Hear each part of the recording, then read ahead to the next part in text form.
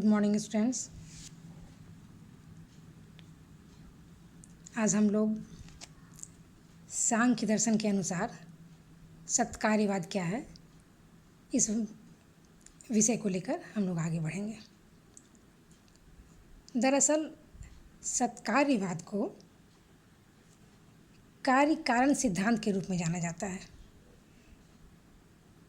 अनेक दर्शनों में जिसे कार्य कारण सिद्धांत का नाम दिया गया है उसे सांख्य दर्शन ने अपने दर्शन में सत्कार्यवाद का नाम दिया है। सांख्य दर्शन के प्रणेता महर्षि कपिल हैं, जिनके बारे में हम लोग जान चुके हैं। तो सत्कार्यवाद किसे कहते हैं हम लोग इस पर विवेचन करेंगे। तो जैसा कि हम सत्कार्यवाद शब्द को देख रहे हैं, यह 3 शब्दों के मेल से बना है। सत्य, जो कार्य और वाद, यह 3 शब्द सत्कार्यवाद सिद्धांत के अंतर्गत या इस शब्द के अंतर्गत ये 3 शब्दों के मेल से यह बना है, जिसमें सत्य का अर्थ होता है अस्तित्व यानी एग्जिस्टेंस, और कार्य का अर्थ होता है इफेक्ट, जिसे हम कहते हैं जो कारण के बाद जो कार्य की जो तैयार होता है, जिस रूप में हमारे सामने निकल के आता है वो इफेक्ट या कार्य कहते हैं।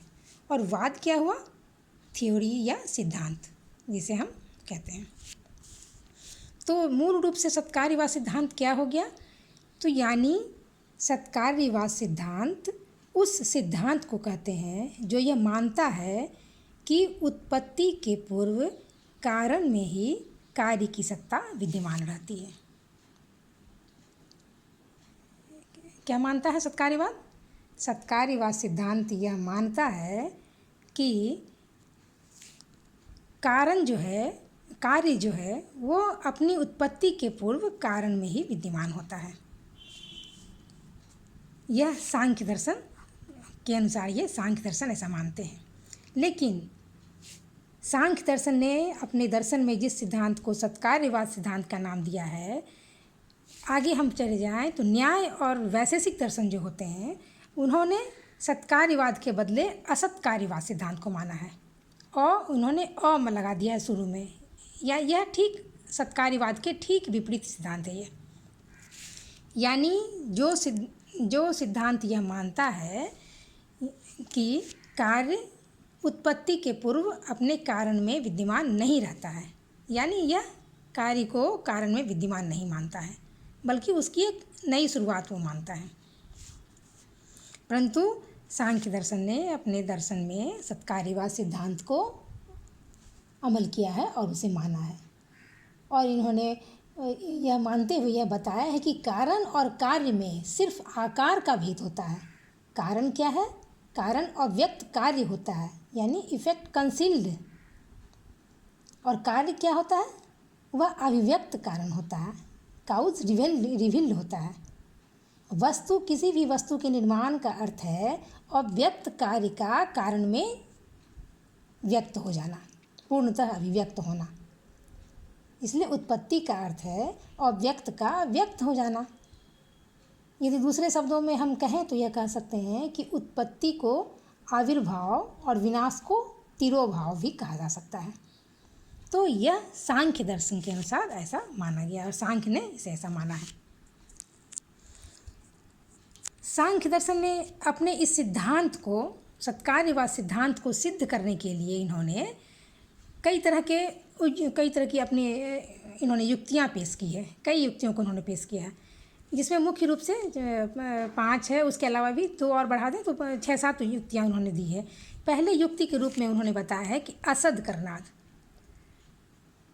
करनाद यानी जो असद है उसके सत का निर्माण असंभव है। यानी जो असत है, यानी जिसका नॉन एग्जिस्टेंट है, उससे किसी एग्जिस्टेंस का निर्माण नहीं हो सकता है।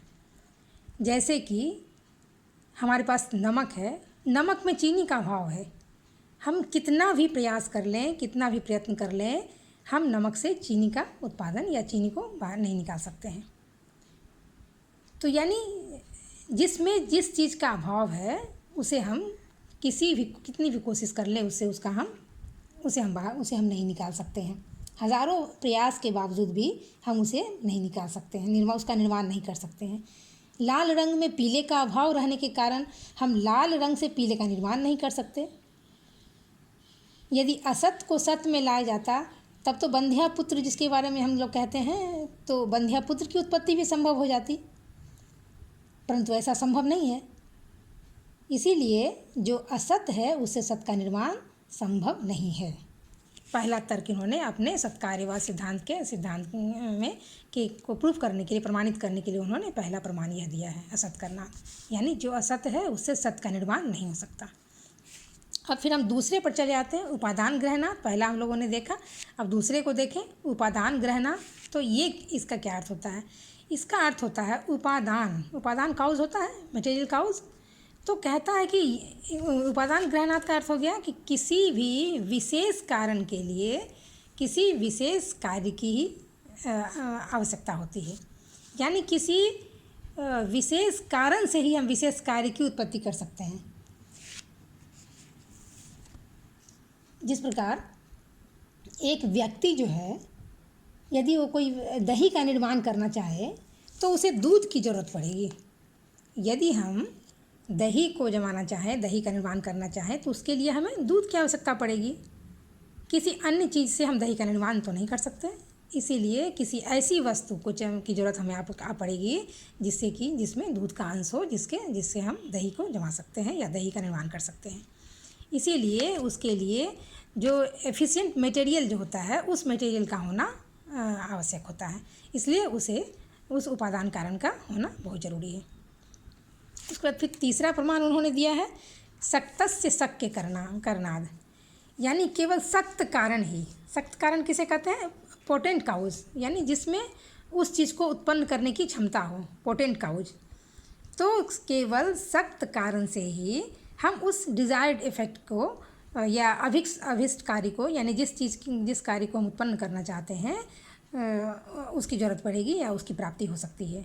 यानी केवल सक्त कारण से ही हम जो अभिष्ट कार्य है, यानी जो वस्तु की उत्पत्ति हम करना चाहते हैं, उसका निर्माण कर सकते हैं। जैसे यदि हमें तेल की ज़रूरत हो, तो तेल का निर्माण करने के लिए हमें सरसों की, तिल की ज़रूरत पड़ेगी, क्योंकि उसमें उसका गुण मौजूद है। सरसों से ही हम तेल को बाहर निकाल सकते हैं, या तिल से ही तेल को बाहर निकाल सकते हैं। हम लाख जतन कर लें तो कंकर से, बालू से, किसी भी चीज़ से हम तेल का निर्माण नहीं कर सकते हैं, तेल को बाहर नहीं निकाल सकते हैं। तो इसीलिए कहा जाता है कि सक्त कारण यानी पोटेंट काउज होना चाहिए, जिसमें उस चीज़ को उत्पन्न करने की क्षमता हो। तो ये हो गया हमारा सक्त कारण। अब आगे चलिए आइए, फिर कहता है कारण भवात् च सत्कार्यम, यानी कारण भवात् च सत्कार्यम। इसका क्या अर्थ है? इसका अर्थ है कि कार्य और कारण में अभेद का संबंध होता है। कारण और कार्य में अभेद का संबंध होता है। दोनों की अभिन्नता को सिद्ध करने के लिए बहुत सारे प्रमाण दिए गए हैं। यदि कारण और कार्य तत्वतः एक दूसरे से भिन्न होते तो उनका संयोग और पार्थक्य सब नहीं होता। तो दोनों में अभेद का ये संभव ये होता है, और यही कारण है कि हम जो कारण कार्य जो दिखता नहीं है, वो अपने कारण में विद्यमान रहता है, और कारण से ही कार्य की उत्पत्ति आगे जाके होती है। फिर उन्होंने आगे बताया है, पांचवा देते हुए फिर उन्होंने आगे बताया कि यदि कार्य को उत्पत्ति के पूर्व कारण में असत मान लिया जाए, यदि हम यह मान लें कि नहीं सो कार्य जो है वो कारण में विद्यमान नहीं होता है, तो फिर दोनों के बीच संबंध होना बिल्कुल असंभव हो जाएगा। जो इन्होंने छठे के रूप में, तर्क के रूप में इन्होंने समझाने की कोशिश की है ये सांख्य दर्शन में महर्षि कपिल ने बताने का प्रयास किया है कि यदि दोनों के बीच को, यदि हम ऐसा ना माने कि कार्य अपनी उत्पत्ति के पूर्व कार्य में विद्यमान रहता है, तो फिर दोनों के संबंध को बताना या दोनों के संबंध के बारे में संबंधित होना वो बिल्कुल असंभव हो जाएगा। दोनों में संबंध ही नहीं होगा। इसीलिए यह सिद्ध होता है कि कार्य जो है अपनी उत्पत्ति के पूर्व कारण में विद्यमान होता है। तभी हम ऐसा कहते हैं कि every effect must have a cause. हर एक कार्य के पीछे कोई ना कोई कारण होता है, वरना यह सिद्धांत भी गलत प्रमाणित हो जाएगा। फिर उसके आगे भी यदि कहते हैं कि यदि कार्य और कारण जो है वो एक ही द्रव्य की दो अवस्थाएं हैं। इन्होंने द्रव्य की दो अवस्थाओं के बारे में चर्चा किया है कि द्रव्य की दो अवस्थाएं, किसी भी चीज़ की दो अवस्थाएं होती हैं। एक अवस्था को अव्यक्त अवस्था कहा जाता है एवं दूसरे को व्यक्त अवस्था कहा जाता है। तो अव्यक्त अवस्था जो होता है उसी को हम कारण कहते हैं, और जो व्यक्त अवस्था होती है उसी को कार्य कहा जाता है। और इसीलिए ये कार्य कारण सिद्धांत जो है इसे मानते हुए सांख्य दर्शन ने अपने दर्शन में सत्कार्यवाद सिद्धांत की स्थापना की है। और इन्होंने यह सिद्ध करने का, इस सिद्धांत के अनुसार इन्होंने यह सिद्ध करने का प्रयास किया है कि प्रत्येक कार्य अपनी अभिव्यक्ति के पहले कारण में विद्यमान होता है, और कार्य जो है वह व्यक्त रूप है और कारण जो है वह उसका अभिव्यक्त रूप होता है। तो यह सांख्य दर्शन जो है उपर्युक्त युक्तियों के आधार पर अपने कार्य कारण सिद्धांत यानी सत्कार्यवाद सिद्धांत का प्रतिपादन करता है। और इस सिद्धांत को भारतीय दर्शन में सांख्य के अतिरिक्त योग दर्शन, शंकर दर्शन, रामानुज दर्शन आदि ने पूर्ण रूप से अपनाया है। और भागवत गीता को जब हम पढ़ते हैं तो उसमें भी हम लोग एक लाइन पढ़ते हैं कि ना सतो विद्यते भावो, ना भावो विद्यते सतः। और इसका भी ठीक यही अर्थ होता है।